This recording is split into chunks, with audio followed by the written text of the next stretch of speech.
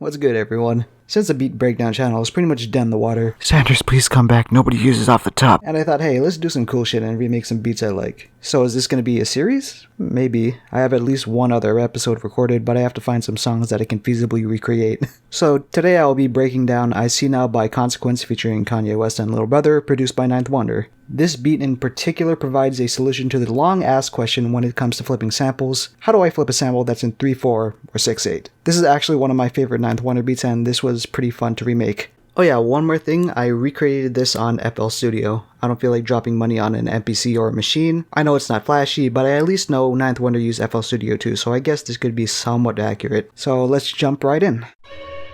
So the original sample is of Bobby Womack's I'm Through Trying to Prove My Love to You. God, that was a mouthful. I'll play the sample part now.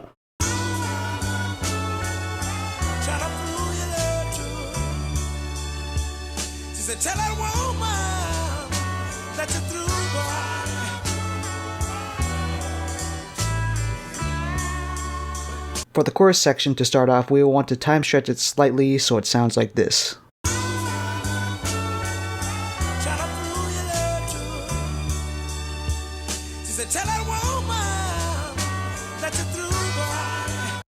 So a lot of producers at this point wouldn't even mess with the sample, or even if they did, they would have fucked it up somehow. But jokes aside, I think this is what Ninth Wonder did. So let's take this first chop at the beginning of the sample. The second chop comes shortly thereafter. Then this third chop, like the one before, comes right after. Then you want to chop them like this. Now our first bar should sound like this. Now our second bar is chopped similarly to the first. The end of this bar takes this part of the sample. Now you just want to chop it so it's on beat and replay the start of the sample at the end. Now your whole loop should sound like this.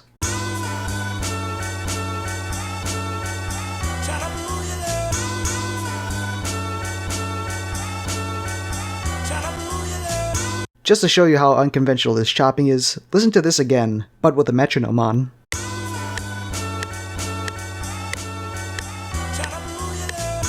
Doesn't even sound like it's on beat. Before we go into chopping on the first section, let's cover how it transitions to the verse. Said part sounds like this.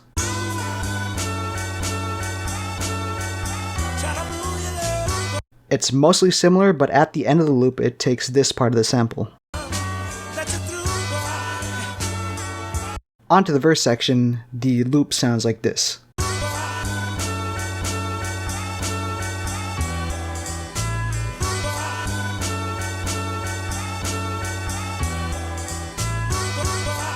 Now you may notice that the verse section is similarly structured to the chorus section and takes some main elements from it. The first chop on the verse section takes this part of the sample.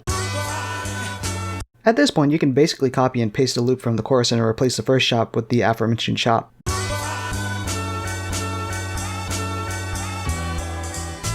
The end of this loop also uses a different part of the sample, which sounds like this.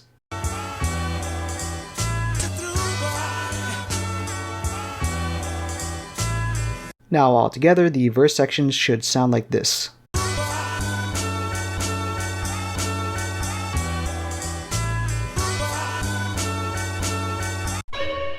So I took this kick from a Kyle Beats drum kit. No, I'm not sponsored, nor do I want to use the drip plugin. Shut up, Kyle Beats. Mixing is more than just 2 keystrokes. Literally 2 clicks. Then I layered 2 snares from a Ninth Wonder inspired kit. Then I use a hi-hat from a drum break I found. Now the drums are sequenced like this. I also applied somewhere between 80 to 100% swing.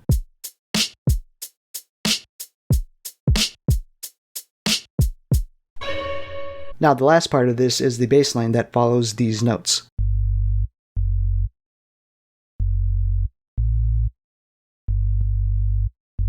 Now I'll play the bass line and the drums for a bit and then bring in the sample.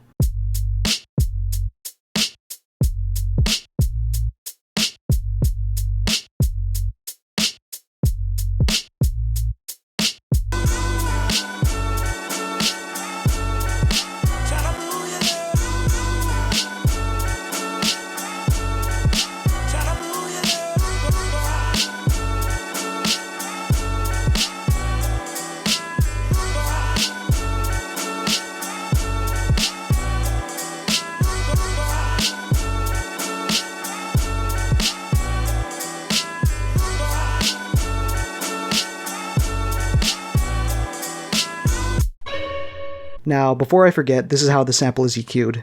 Just take up the low end and boost some of the mids and highs. And yeah, that's pretty much it. If you got any suggestions on what I should do next, then do so in the comments below. If you like this video, then do so with the thumbs provided. Subscribe if you want.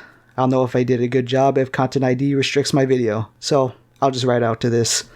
Thank you.